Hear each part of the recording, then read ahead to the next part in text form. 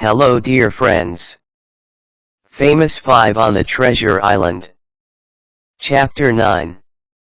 Before we starts, kindly subscribe our channel, and press the bell icon, so you can get all updates, thanks. The box from the wreck. The first thing that the children did after breakfast was to fetch the precious box and take it out to the tool shed in the garden. They were simply longing to force it open. All of them secretly felt certain that it would hold treasure of some sort. Julian looked round for a tool. He found a chisel and decided that would be just the thing to force the box open.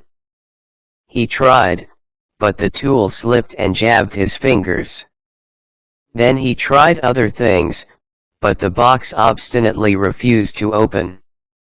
The children stared at it crossly. "I know what to do," said Enid at last. "Let's take it to the top of the house and throw it down to the ground. It would burst open then, I expect." The others thought over the idea. "It might be worth trying," said Julian. "The only thing is it might break or spoil anything inside the box." But there didn't seem any other way to open the box, so Julian carried it up to the top of the house. He went to the attic and opened the window there. The others were down below, waiting. Julian hurled the box out of the window as violently as he could. It flew through the air and landed with a terrific crash on the crazy paving below. At once the French window there opened and their Uncle Quentin came out like a bullet from a gun. "Whatever are you doing?" he cried. "Surely you aren't throwing things at each other out of the window? What's this on the ground?" The children looked at the box. It had burst open, and lay on the ground, showing a tin lining that was waterproof. Whatever was in the box would not be spoiled. It would be quite dry. Dick ran to pick it up. "I said, what's this on the ground?" shouted his uncle and moved towards him. It's something that belongs to us," said Dick, going red. "Well, I shall take it away from you," said his uncle. "Disturbing me like this. Give it to me." "Where did you get it?" Nobody answered. Uncle Quentin frowned till his glasses nearly fell off. "Where did you get it?" he barked, glaring at poor Anne, who was nearest. "Out of the wreck," stammered the little girl, scared. "Out of the wreck," said her uncle, in surprise. "The old wreck that was thrown up yesterday? I heard about that. Do you mean to say you've been in it?" "Yes," said Dick. Julian joined them at that moment, looking worried. It would be too awful if his uncle took the box just as they got it open. But that was exactly what he did do. "Well, this box may contain something important," he said, and he took it from Dick's hands. "You've no right to go prying about in that old wreck. You might take something that mattered." "Well, it's my wreck," said George, in a defiant tone. "Please, Father, let us have the box. We just got it opened. We thought it might hold a gold bar or something like that." "A gold bar?" said her father, with a snort. "What a baby you are. This small box would never hold a thing like that. It's much more likely to contain particulars of what happened to the bars.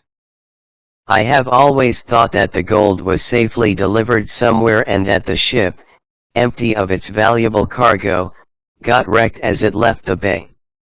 "Oh, Father, please let us have our box," begged George, almost in tears.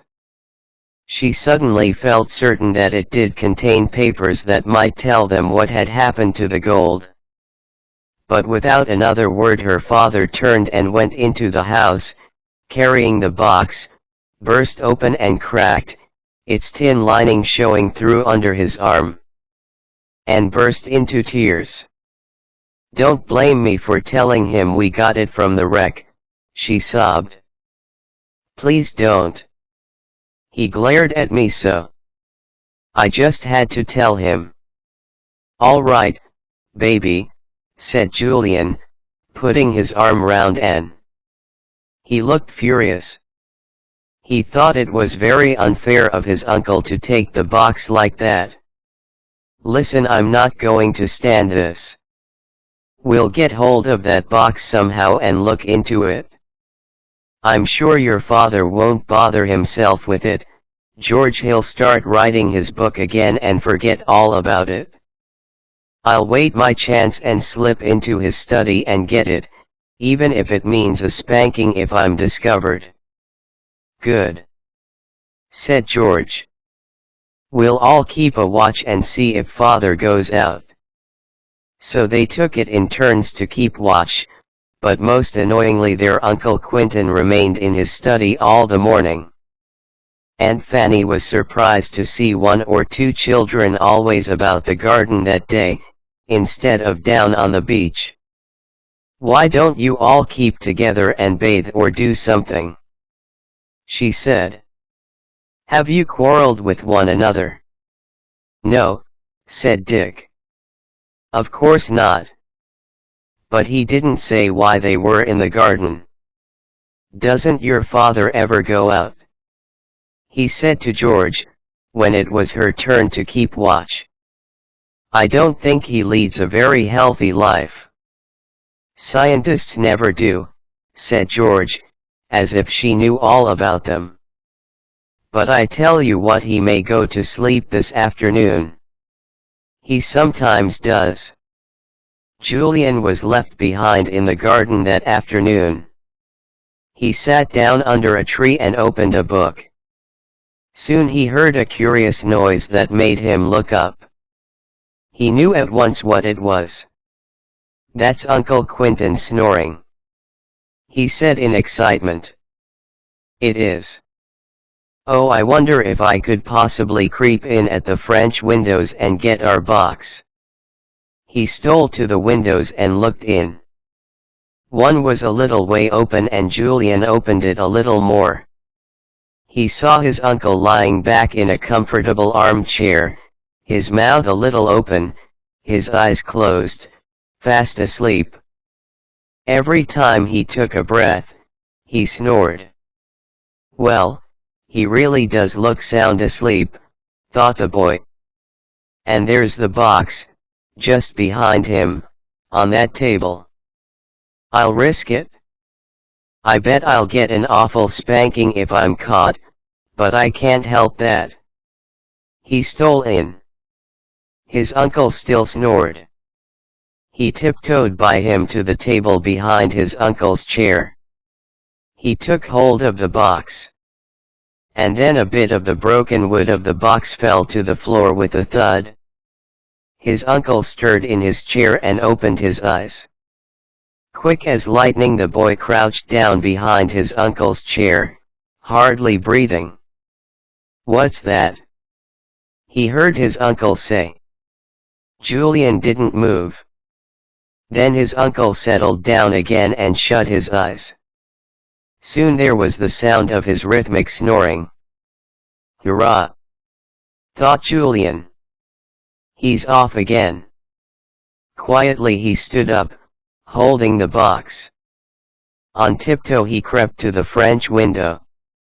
He slipped out and ran softly down the garden path.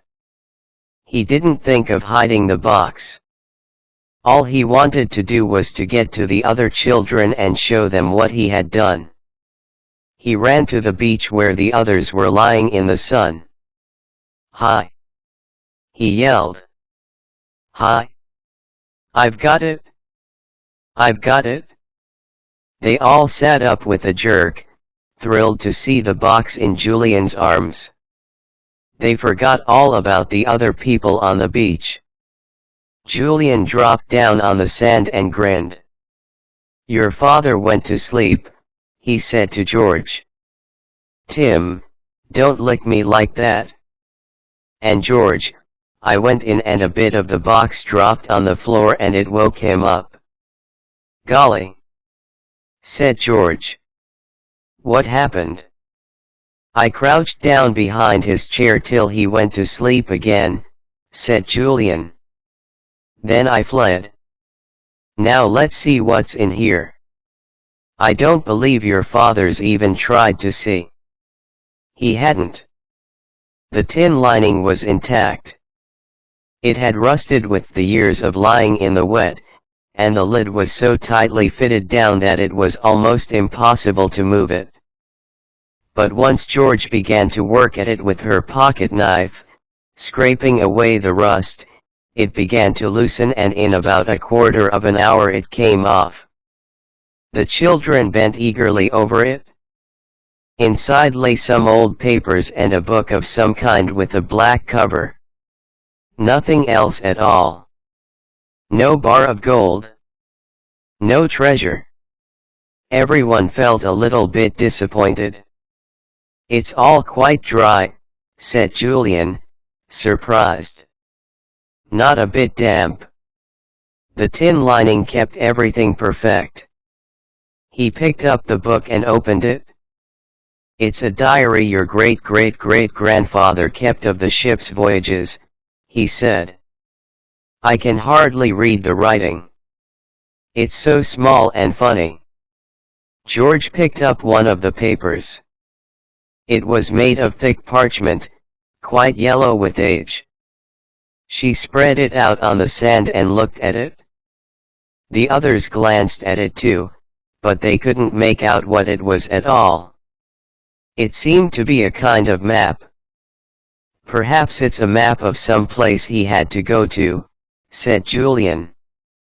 But suddenly George's hands began to shake as she held the map, and her eyes gleamed brilliantly as she looked up at the others. She opened her mouth but didn't speak. "What's the matter?" said Julian, curiously. "What's up? Have you lost your tongue?" George shook her head and then began to speak with a rush. "Julian, do you know what this is? It's a map of my old castle of Kirin Castle when it wasn't a ruin. And it shows the dungeons. And just look what's written in this corner of the dungeons." She put a trembling finger on one part of the map. The others leaned over to see what it was, and, printed in old-fashioned letters, was a curious word. "Ingots. Ingots," said Anne, puzzled. "What does that mean? I've never heard that word before." But the two boys had. "Ingots!" cried Dick. "Why, that must be the bars of gold." They were called ingots.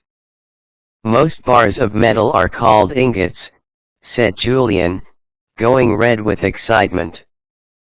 "But as we know there is gold missing from that ship, then it really looks as if ingots here meant bars of gold. Oh golly!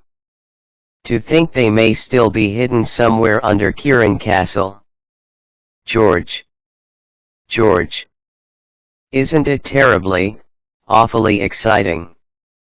George nodded. She was trembling all over with excitement. "If only we could find it," she whispered. "If only we could." "We'll have a jolly good hunt for it," said Julian. "It will be awfully difficult because the castle is in ruins now, and so overgrown. But somehow or other we'll find those ingots." What a lovely word! Ingots. Ingots. Ingots. It sounded somehow more exciting than the word gold. Nobody spoke about gold anymore. They talked about the ingots. Tim couldn't make out what the excitement was at all. He wagged his tail and tried hard to lick first one and then another of the children, but for once in a way not one of them paid any attention to him. He simply couldn't understand it, and after a while he went and sat down by himself with his back to the children, and his ears down. "Oh, do look at poor Timothy," said George. "He can't understand our excitement." Tim, darling, it's all right, you're not in disgrace or anything." "Oh, Tim, we've got the most wonderful secret in the whole world." Tim bounded up, his tail wagging, pleased to be taken notice of once more. He put his big paw on the precious map, and the 4 children shouted at him at once. "Golly! We can't have that torn," said Julian. Then he looked at the others and frowned. "What are we going to do about the box?" he said. "I mean, George's father will be sure to miss it, won't he? We'll have to give it back." "Well, can't we take out the map and keep it?" said Dick. "He won't know it was there if he hasn't looked in the box. And it's pretty certain he hasn't. The other things don't matter much, they are only that old diary, and a few letters. To be on the safe side, let's take a copy of the map," said Dick. "Then we can put the real map back and replace the box." They all voted that a very good idea. They went back to Kieran Cottage and traced out the map carefully. They did it in the tool shed because they didn't want anyone to see them. It was a queer map. It was in 3 parts. "This part shows the dungeons under the castle," said Julian. "And this shows a plan of the ground floor of the castle, and this shows the top part. My word, it was a fine place in those days. The dungeons run all under the castle. I bet they were pretty awful places. I wonder how people got down to them." "We'll have to study the map a bit more and see," said George. "It all looks rather muddled to us at present, but once we take the map over to the castle and study it there, we may be able to make out how to get down to the hidden dungeons." "Oh, I don't expect any children ever had such an adventure as this." Julian put the traced map carefully into his jeans pocket. He didn't mean it to leave him. It was very precious. Then he put the real map back into the box and looked towards the house. "What about putting it back now?" he said. "Maybe your father is still asleep, George." But he wasn't. He was awake. Luckily he hadn't missed the box. He came into the dining room to have tea with the family, and Julian took his chance. He muttered an excuse, slipped away from the table, and replaced the box on the table behind his uncle's chair. He winked at the others when he came back. They felt relieved. They were all scared of Uncle Quentin, and were not at all anxious to be in his bad books.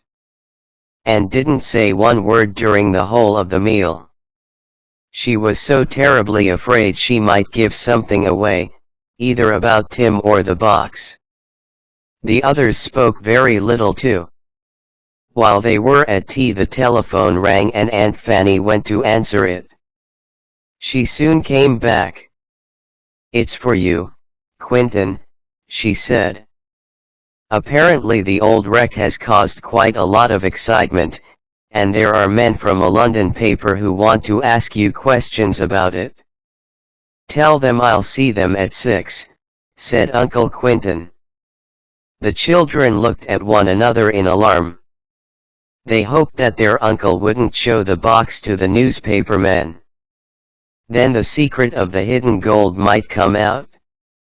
What a mercy we took a tracing of the map, said Julian, after tea. But I'm jolly sorry now we left the real map in the box. Someone else may guess our secret.